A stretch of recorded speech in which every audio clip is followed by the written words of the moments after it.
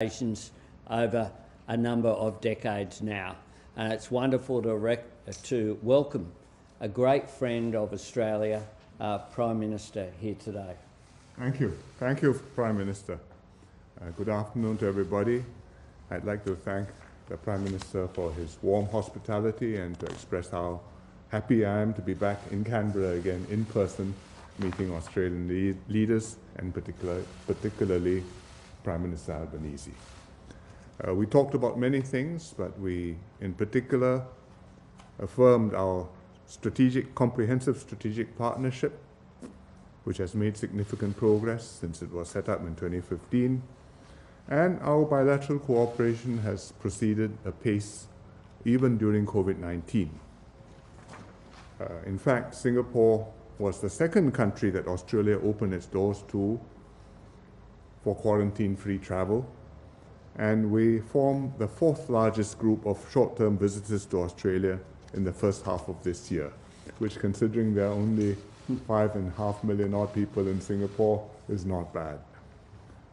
We greatly appreciate Australia's generous and consistent support for our military training. It has fully resumed, and we're very happy that our units are present here and able to be of assistance to the Australian government in times of need, for example, during natural disasters and floods. I mentioned to the Prime Minister just now that Singapore is ready to provide assistance to support the Australian Defence Forces flood relief efforts for the floods in New South Wales and Victoria, and whatever else may develop in the season. And our officials will be in touch to work out how we can be most helpful. We've also worked on other areas to take our bilateral cooperation further, for example, in the Singapore-Australia Green Economy Agreement, which will support the transitions of our countries to net zero emissions and at the same time boost growth and create jobs in the green sectors. It's the first such agreement of its kind between countries, and we hope that it will be a pathfinder for other countries similarly to cooperate with one another to deal with what is a global problem. We are also deepening our cooperation in science and innovation. Our agencies, A*STAR on Singapore's side and the CSIRO on the Australian side, have signed a master research collaboration agreement to collaborate in areas like low-emission technologies, alternative proteins, and advanced manufacturing, as well as an agreement which will allow Singapore researchers to use Australia's synchrotron facilities, all of which will further deepen linkages between scientists on both sides. We are also exploring new areas of cooperation because we are natural partners which have similar views on many issues, and trusted and reliable partners of each other, which we have demonstrated during the pandemic. So we're looking at new strategic areas of cooperation, such as strengthening the security and resilience of our supply chains, including on food and energy, and our connectivity to the rest of the world. And we will also look into facilitating the flow of critical goods between us in times of crisis. And we formed up a working group to look into this matter. We also exchange views on regional and global developments. Australia is a key partner for our region. Singapore has long strongly supported Australia strengthening links with Southeast Asia, and we very much welcome Prime Minister Albanese's efforts to deepen this engagement and look forward to him participating in the ASEAN, the APEC, and the G20 meetings which are taking place in Southeast Asia in a few weeks' time. Therefore, I'm very happy that the relations between our two countries have remained strong.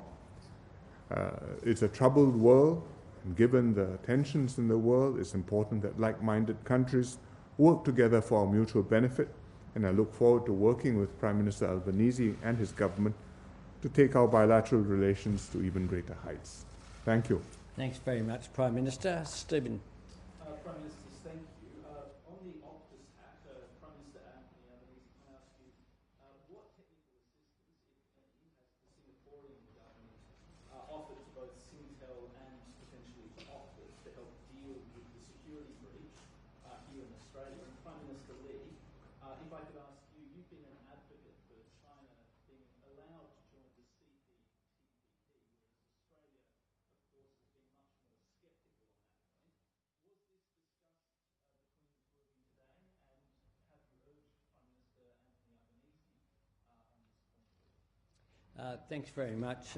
On the Optus issue, we did have a discussion about that, and the Prime Minister indicated, of course, that Singtel, which is a Singapore-based company, which is the owner of Optus, will have full cooperation with the government in dealing with the issue. There are two issues here. One is a cybersecurity issue, the other is a privacy issue. Of course, some of the issues exposed by the Optus breach are covered with the Privacy Act already. And it is a wake-up call to all companies about data retention and about the need to be vigilant in making sure that the provisions of the Privacy Act are complied with, that there is no need to, and indeed requirement under the Privacy Act to ensure that data isn't kept for no purpose going forward. And that is one of the things that's been exposed here by the incident. But I appreciate the Prime Minister, of course, being cooperative on this issue, as I would completely expect. On Optus, I told the Prime Minister that Singapore takes the data breach very seriously. We expect all Singapore companies to comply fully with domestic laws wherever they operate, and to cooperate with the domestic regulators to protect consumers' interests, just as we would expect all companies to do in Singapore. In the case of Optus, this is an Australian company. It's incorporated and headquartered in Australia. Its operations are run out of Australia and not from Singapore. And therefore, Australia's rules and regulations apply in addressing this incident. I told the Prime Minister the Singtel Group, which owns Optus, is taking the incident seriously, and as owner, will fully support Optus in meeting Australia's rules and requirements in handling the incident.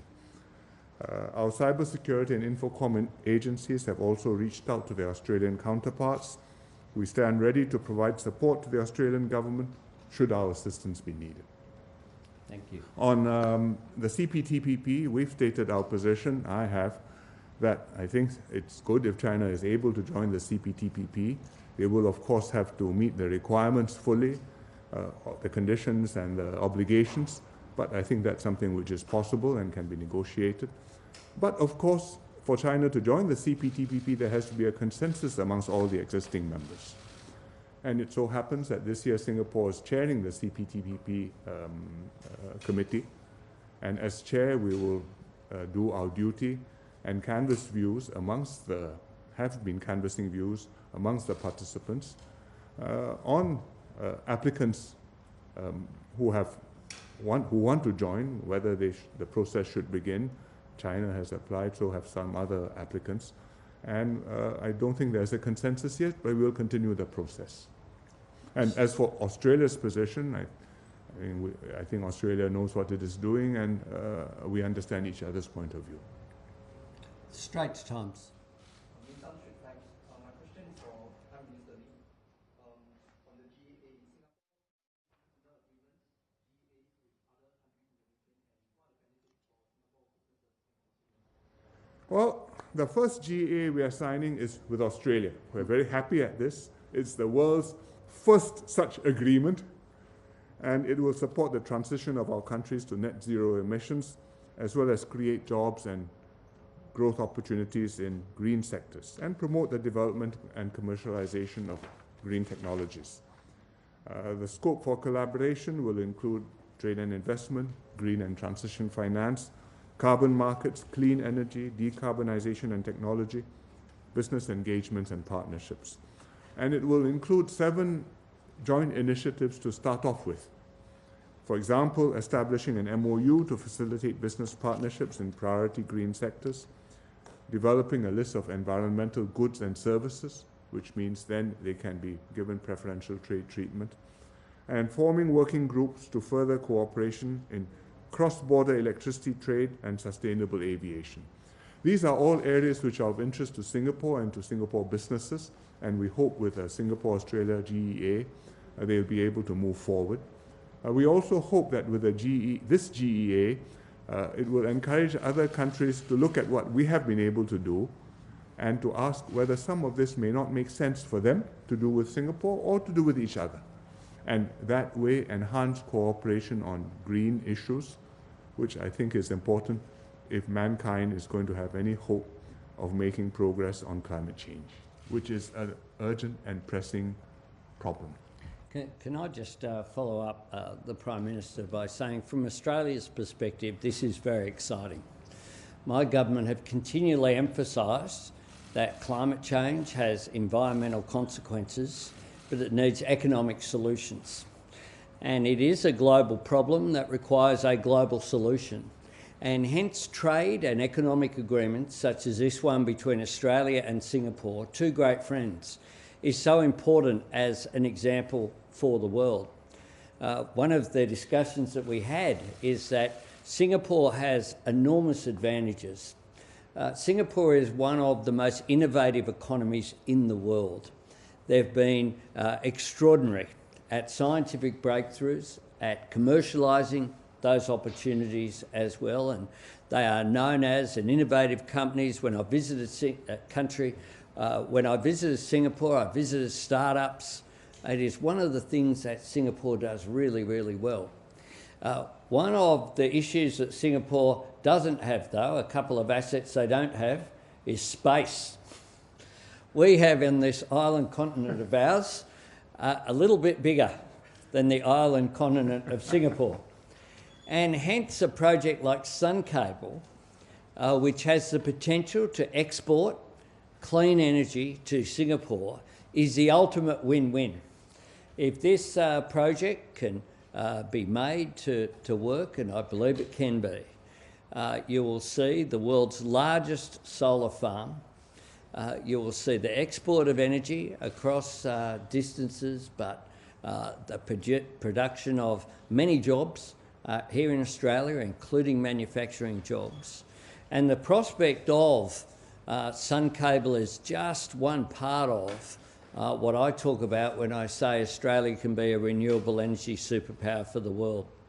So the fact that this agreement is taking place as well, just prior to the East Asia Summit, prior to the ASEAN meeting, the G20 meeting, the APEC meeting in our region, all taking place in November, is a really positive indication to other countries in our region, and indeed countries throughout the world, who will look at this agreement and see that this is just a very positive initiative about making sure that we commercialise these opportunities, that we maximise the spread of breakthroughs when they occur. And that is what this agreement is aimed at, with its 17 different components as well. Next question's from Bloomberg. Prime Minister, a question to both leaders. Decision by US President Joe Biden to curb supply of US chips to China. Are you concerned about accelerating economic decoupling between the US and China?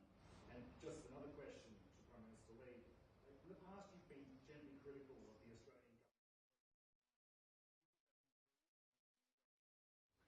You want to go first? Well, first of all, decoupling is a worry. National security concerns are real. How wide or how narrowly they are defined, well, it's a judgment of each government and administration. I think the Biden administration's latest move is a very serious one. I'm sure they have considered it carefully. It can have very wide ramifications. We will have to see how things work out. But we do worry that valid national security considerations may trigger off further consequences and may result in less economic cooperation, less interdependency, less trust, and possibly ultimately a less stable world. Your second question? second question was how are we going? How are you going? We never give ourselves report cards, much less our friends. I think we have our view of how to maintain amicable relations with as many countries as possible while preserving our interests and standing up and protecting ourselves from adverse developments overseas. And I'm sure Australia does that too, and I am sure that in the process of diplomacy we share notes with one another, and we often do so with the strictest and utmost confidence and confidentiality. We do indeed, but I will say what I've said publicly, which is I want to lead a mature government that has mature relations with the world, that doesn't see international diplomacy as an opportunity for domestic political point scoring. And so what I've said publicly is that we should cooperate with China where we can, but stand up for Australia's national interest where we must. And I'll continue to take that view, both privately and publicly. Can I say, when it comes to other issues of cooperation and trade and various agreements that are around, part of the lesson of the pandemic is that we need to, and all countries are looking at this, we need national resilience. National security is not just about our defence systems. It's also about our capacity to make things here in Australia, to be less vulnerable to shocks of whatever form, be it a future pandemic, trade, cybersecurity shocks, or whether it be international conflict. So we need to make sure that we are more resilient. That doesn't mean an isolationist policy, far from it. And today's agreement is an example of that as well, is where with our friends, including our very close friends in Singapore, we share such common values that I've had a long association with Singapore, going back to my first visit there in 1987 as a member of staff for Tom Uren when I travelled there on a bilateral visit. Ever since then, I've been welcomed there many times, and Prime Minister Lee and I have met here. I've had lunch with the Foreign Minister in the Botanic Gardens there in Singapore. We share such close friendships, and I think that today's visit has just strengthened that even more so between my government and the government of Prime Minister Lee. Channel News Asia.